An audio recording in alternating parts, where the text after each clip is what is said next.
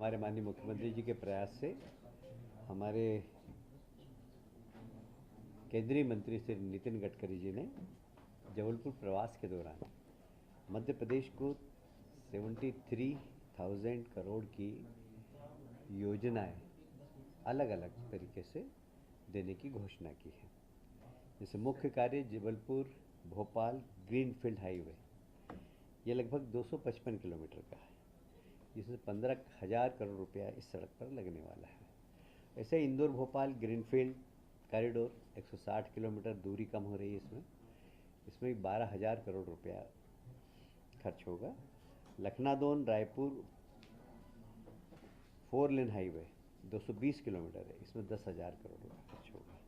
इसके अलावा उज्जैन झालावाड़ मार्ग, बरनावत टिमरनी मार्ग, खंडवा बैतूल 4 लेन, इंदौर 6 लेन पूर्वी बाईपास, इसी तरह कुल मिलाकर 27 परियोजनाएं माननीय नितिन गडकरी जी ने मध्य प्रदेश के लिए घोषित की है।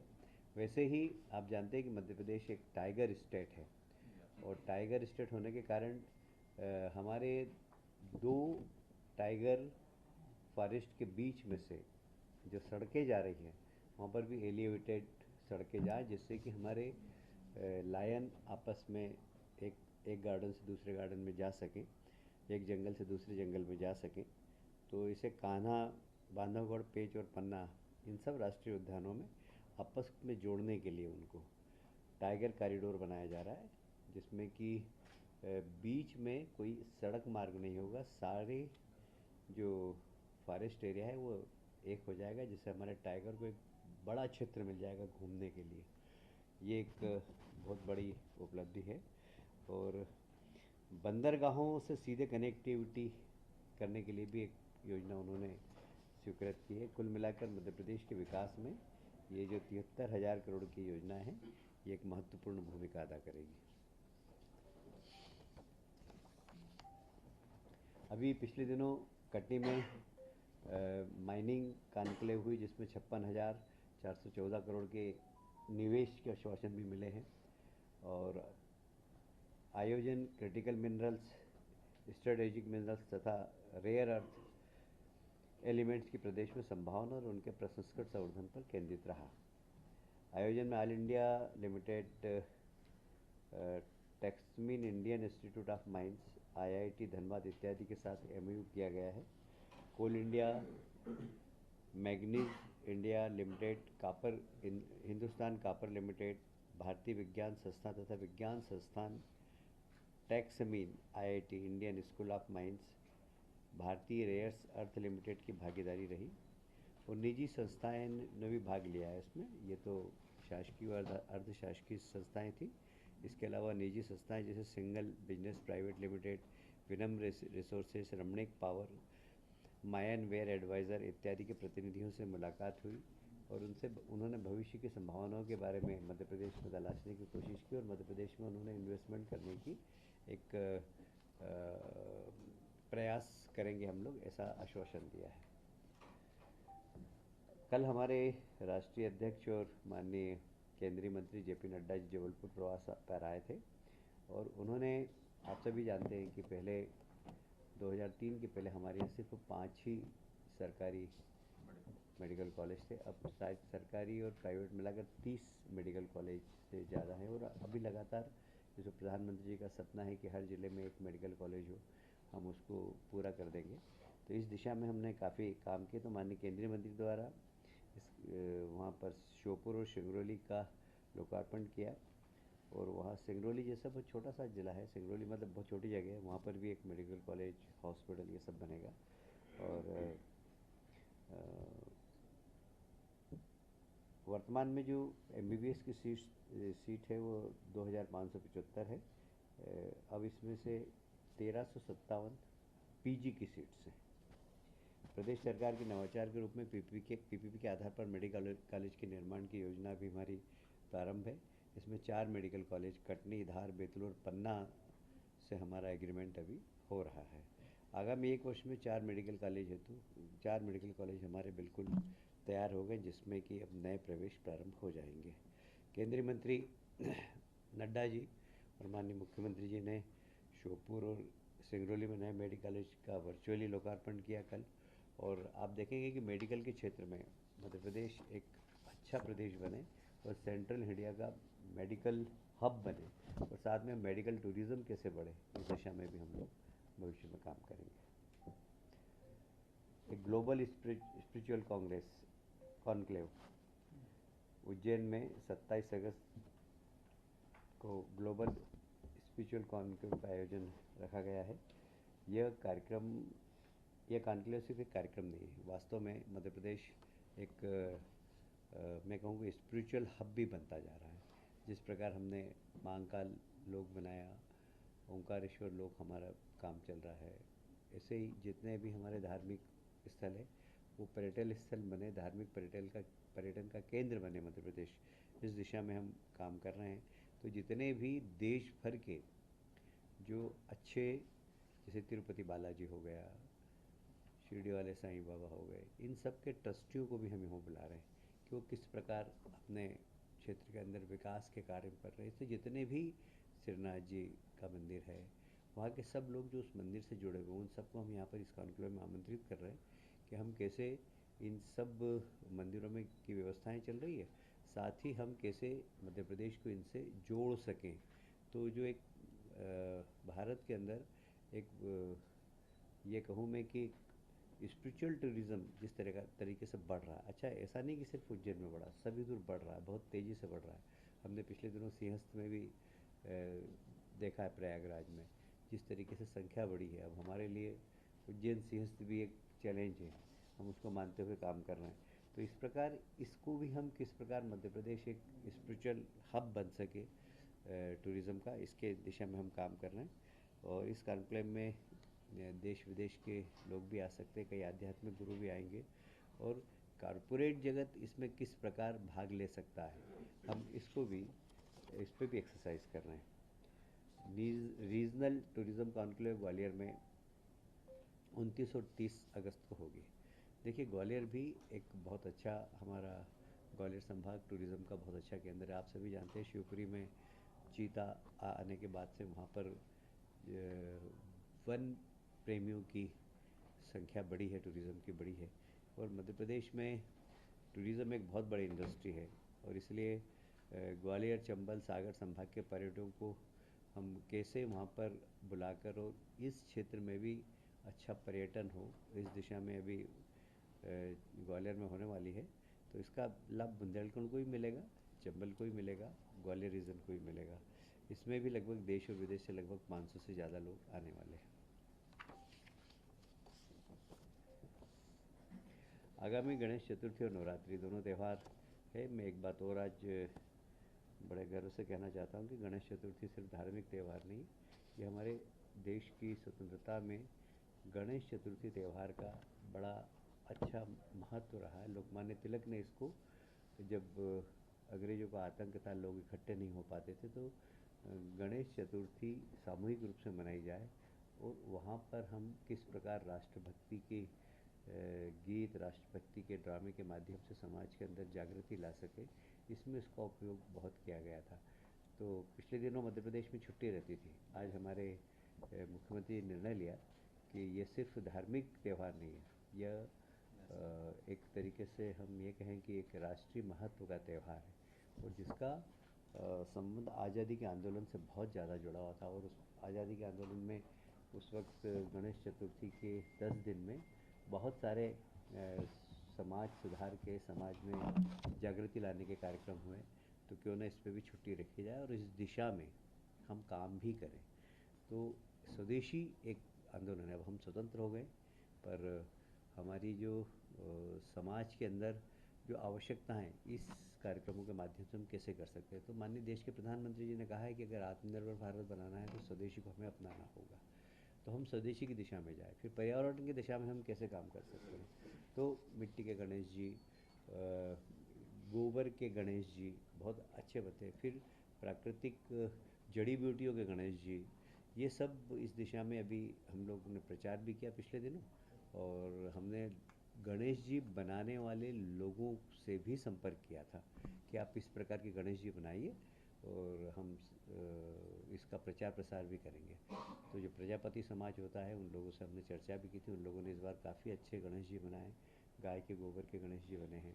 तो ये जो प्रकृति से जुड़ना और त्यौहार से प्रकृति, स्वदेशी और आत्मनिर्भर भारत, इसका सपना पूरा करना, इसके लिए माननीय मुख्यमंत्री जी ने आज कैबिनेट में कहा है कि हमें जितने भी त्यौहार आ रहे हैं, नवरात्रि का त्यौहार है उसमें भी हम स्वदेशी, जैसे पूजा की सामग्री है, अब वो भी आजकल चाइना से आ रही है। पूजा के कपड़े चाइना से आ रहे हैं। गणेश जी की झांकी सजाते हैं तो खिलौने, टॉयज़ वगैरह वो चाइना से आते थे, अब तो बहुत कम हो गया। अब तो भारत बहुत बड़ा टॉयज़ का सप्लायर हो गया। तो जब जब से माननीय देश के प्रधानमंत्री जी ने टॉयज़ के जो खिलौने बनाने के कारखाने खोले हैं देश भर में, तो अब तो हम टॉयज़ कारखाने में हम भी ज़रा लीड कर रहे हैं दुनिया के अंदर। पर एक समय में था कि हमारे यहाँ टॉयज़ 90% हम चाइना से आते थे, उस दिशा में काफ़ी कमी हुई है। आपने अच्छी जानकारी दी गणेश चतुर्थी मनाने की। हाँ, छुट्टी छुट्टी भी नहीं, जो उसमें इतिहास है वो बहुत अच्छा है। नवरात्रि में भी हम स्वदेशी आंदोलन को, स्वदेशी आत्मनिर्भर भारत, इसके बारे में लोगों में जन जागृति करेंगे।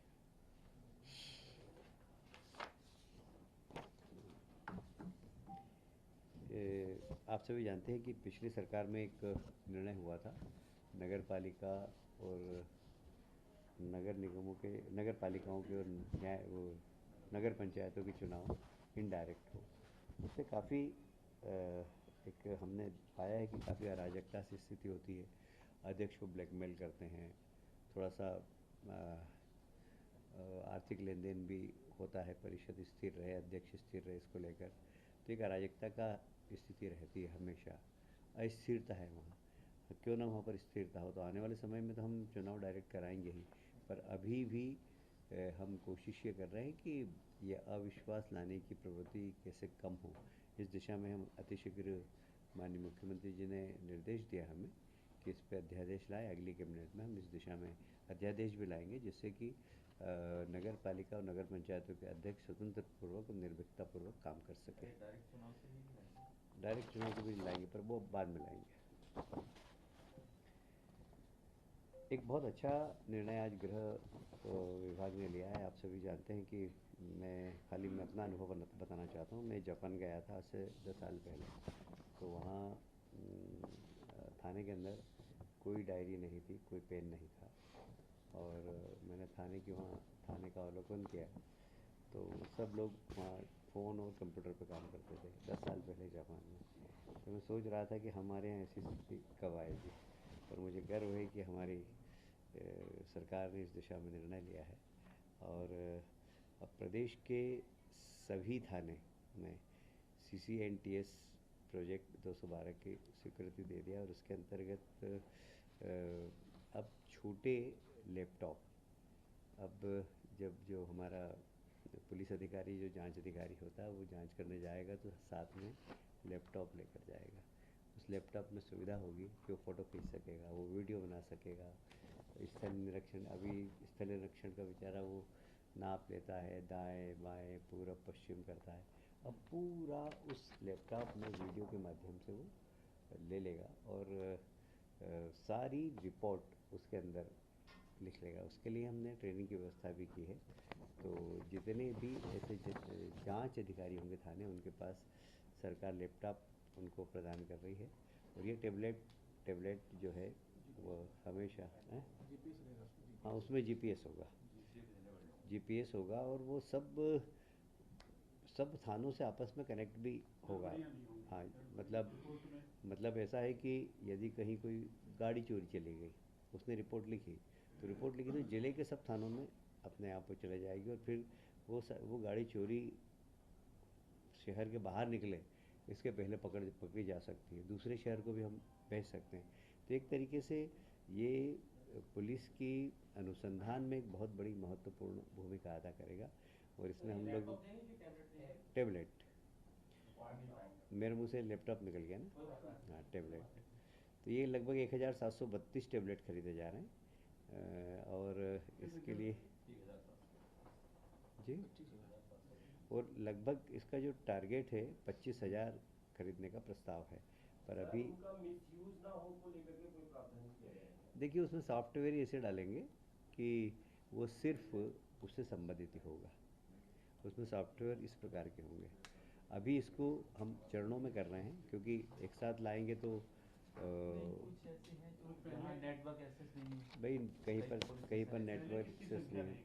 पहले मैंने बताया ना 1732 टेबलेट अभी खरीदे जा रहे हैं फर्स्ट में, और हमें 25,000 का इसका टारगेट है। क्रमवार हम प्रशिक्षण भी देंगे क्योंकि हर किसी के हाथ में टेबलेट दे दें और वो टेबलेट लेके घूमो, उससे कोई फ़ायदा नहीं है। हम लगातार ट्रेनिंग प्रोग्राम भी रखेंगे, जैसे जैसे ट्रेंड होते जाएंगे वैसे वैसे टेबलेट लाते जाएंगे, और लगभग 25,000 टेबलेट हम लाने वाले हैं जो इसमें। इसका बजट और शुरुआती कौन कौन से जिले या थाने चयन किए 1,000 के लिए? देखिए इसका अभी कुल लागत तो अभी पहले चरण की तो 75 करोड़ है, पर धीरे धीरे हम लाएंगे, तो जब क्रमवार करेंगे तो आपको बता देंगे। पर यह अभी अर्बन एरिया में जहाँ पर की अच्छी कनेक्टिविटी वहाँ पर हम पहले प्रदान करेंगे।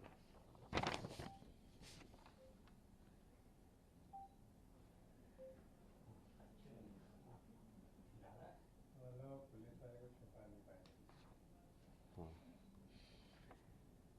ये 1 कोर्ट 1 प्रोसिक्यूटर, इसमें आप सभी जानते हैं कि अतिरिक्त लोक अभियोजक, अतिरिक्त जिला अभियोजन अधिकारी, इनकी संख्या हम बढ़ा रहे हैं क्योंकि कई बार क्या होता है कि हमारे केसों की संख्या बढ़ रही है और ये जो एपीओ और डीपीओ होते हैं इनकी संख्या कम है, तो कई बार उनकी अनुपस्थिति से केस हार जाते हैं, कई बार तारीख आगे बढ़ जाती है, तो न्याय प्रक्रिया बहुत लंबी हो जाती, तो न्याय शीघ्र मिले लोगों को।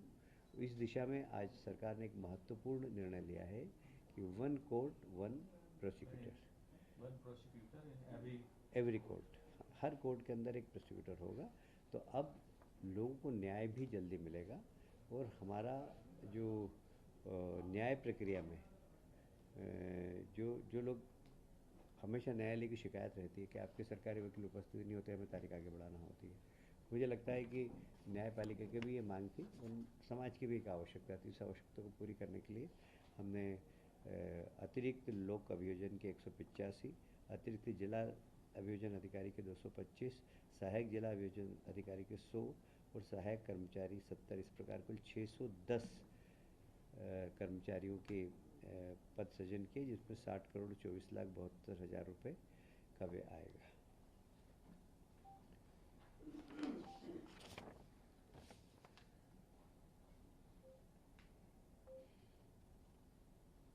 ग्रीन इशू ये पुलिस रिफॉर्म्स के दोनों चीज़ें हो गई। अब तीसरा क्या है?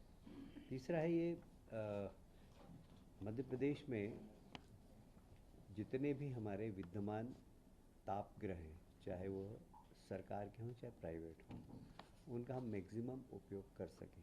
मैक्सिमम उपयोग करने के लिए कोयले की आवश्यकता होगी, तो हम सुनिश्चित करेंगे कि वो कोयला उनके पास तक पहुंच सके, वह कोयला उनके पास तक पहुंच सके।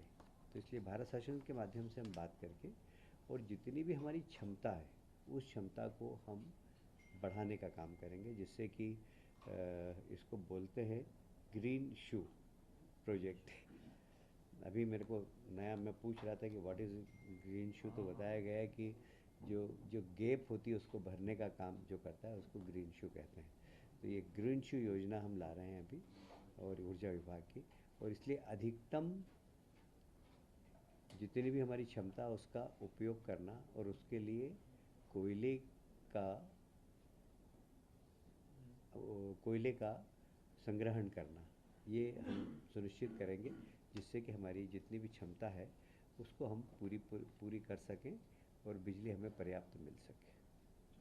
कोयला जेल और उसके बाद सर ये सौर ऊर्जा और सब इकट्ठी करके अपन गुजरात और यूपी को देंगे। भाई हम किसी को भी दे सकते हैं। देखिए ऐसा है कि आज की तारीख में बहुत सारे ऐसे राज्य हैं जिनको बिजली की ज़रूरत पड़ती है, तो हम दे सकते हैं, और पीक आवर्स में हमें भी ज़रूरत पड़ेगी तो हम ले सकते हैं। देखिए आदान प्रदान चलता रहेगा। देखिए जो 1 नेशन 1 ग्रिड जो प्रधानमंत्री जी ने चालू किया है, वो 1 नेशन 1 ग्रिड का लाभ ही यही है कि जिस राज्य के पास अधिक ज़्यादा ऊर्जा है वो दूसरे राज्य को दे दे, जिसके पास कम है वो खरीद ले कहीं से। तो ये वन नेशन वन ग्रिड का लाभ यही है, और मैं समझता हूँ कि इससे ये देश को फ़ायदा, राष्ट्र को फ़ायदा, एक बहुत बड़ा निर्णय प्रधानमंत्री जी ने लिया था जिसका लाभ सब राज्यों को मिल रहा है। प्रदेश में अब कटौती नहीं होगी, कोशिश तो यही की जाएगी। लेकिन सर इसमें ये भी तो हो रहा है, जो जिस रेट पे हम बेच रहे हैं उससे ज़्यादा जो यहाँ के स्टेट के कंज्यूमर्स हैं उनको रेट ज़्यादा मिल रहे हैं, ये लगातार बात उठी है। क्या मध्य प्रदेश में जो बिजली दे रहे हैं वो ज़्यादा रेट पे दे रहे हैं, और मध्य प्रदेश जो दूसरों को दे रहा है वो कम रेट पे दे रहा है, ये मामला लगातार उठ देखिए, ये तो मार्केट भाव है। हर राज्य जहाँ से सस्ती मिलती है वहाँ से लेता है। तो ये तो बाज़ार में जब वो तो ऐसा है कि आवश्यकता और पूर्ति उसका नियम है यहाँ पर। अब इस पे बाहर के हमारा तो रेट फिक्स है, पर बाज़ार को किस भाव में देना है हम तय नहीं कर सकते। बाज़ार में जो भाव होगा। नहीं सर, मध्य प्रदेश के लोगों को महंगी मिल रही है।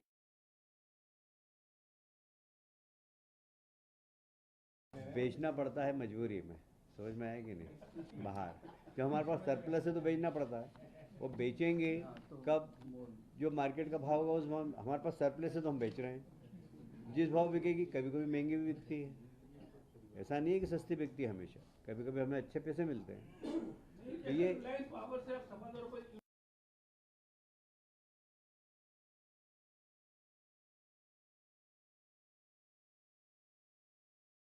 बहुत पुराना है। अब वो रिलायंस किसे दे रहा है वो उसकी आत्मा जान रही है। मेरे को जब मिलता है, जब उसकी आंख में एक आंसू होता है।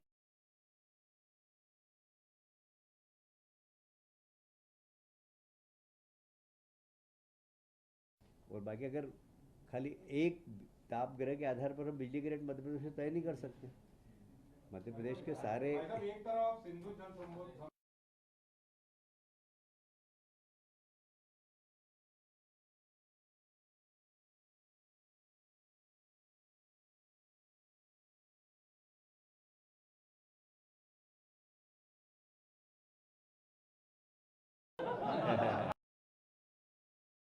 ये तो क्या है कि बढ़ गई।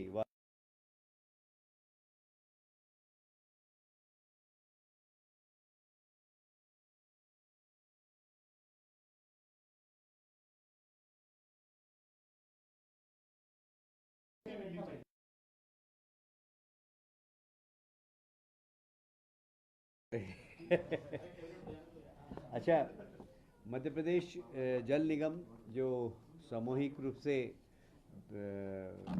गांव के अंदर प्रत्येक नल जल योजना, जो प्रधानमंत्री जी का सपना है कि हर घर में नल से जल, और वह भी जल साफ जल।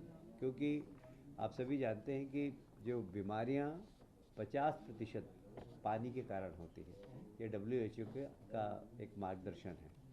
तो पानी स्वस्थ अच्छा मिले, स्वच्छ मिले और शुद्ध मिले, तो गांव में इसकी हमेशा समस्या रहती थी। तो ये जो नल जल महत्व की योजना जो प्रधानमंत्री जी की है, जल जीवन योजना, ये जल जीवन योजना में अब हम उसके लिए बिजली की आवश्यकता होगी। तो एक बड़ा अच्छा PHE विभाग का हमारे पास प्रस्ताव आया आज कैबिनेट में कि वे खुद का सोलर प्लांट लगाना चाहते हैं, और जहाँ जहाँ संभावना है वहाँ पवन ऊर्जा के लिए भी हम काम करना चाहते हैं। तो पवन ऊर्जा और सोलर पावर दोनों के लिए हम काम करना चाहते हैं। उसके लिए एक बहुत अच्छा प्रस्ताव आया। कम से कम 100 मेगावाट बिजली का वो उत्पादन करेंगे, और जितनी भी जहाँ जहाँ आवश्यकता होगी ये 100 मेगावाट की, वह नहीं सॉरी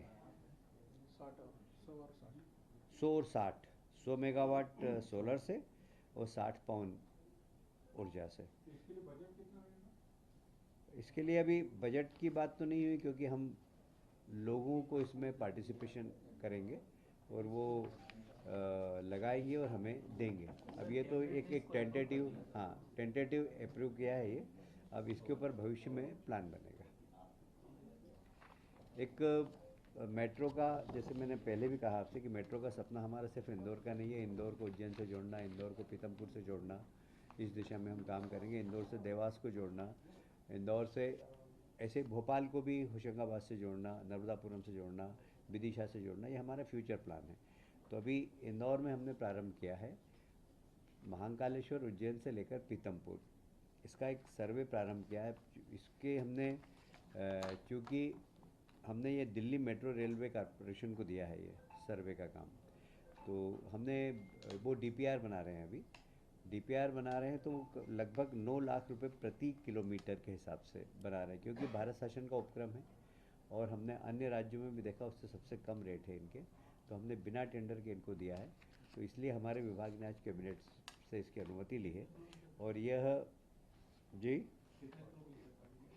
ये लगभग उज्जैन है हमारा 60 किलोमीटर और वहाँ से पीतमपुर, तो ये होगा लगभग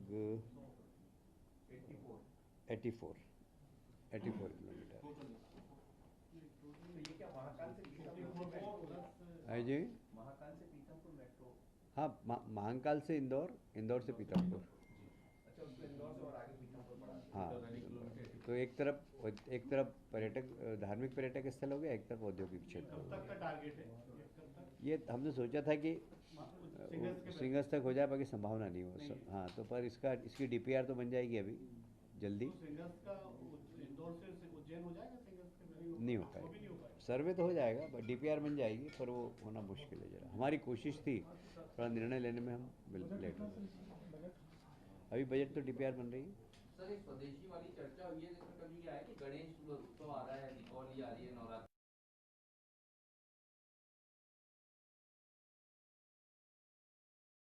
इस विषय में कोई बात नहीं हुई, पर लोगों में जन जागृति करने के संबंध में बात हुई है।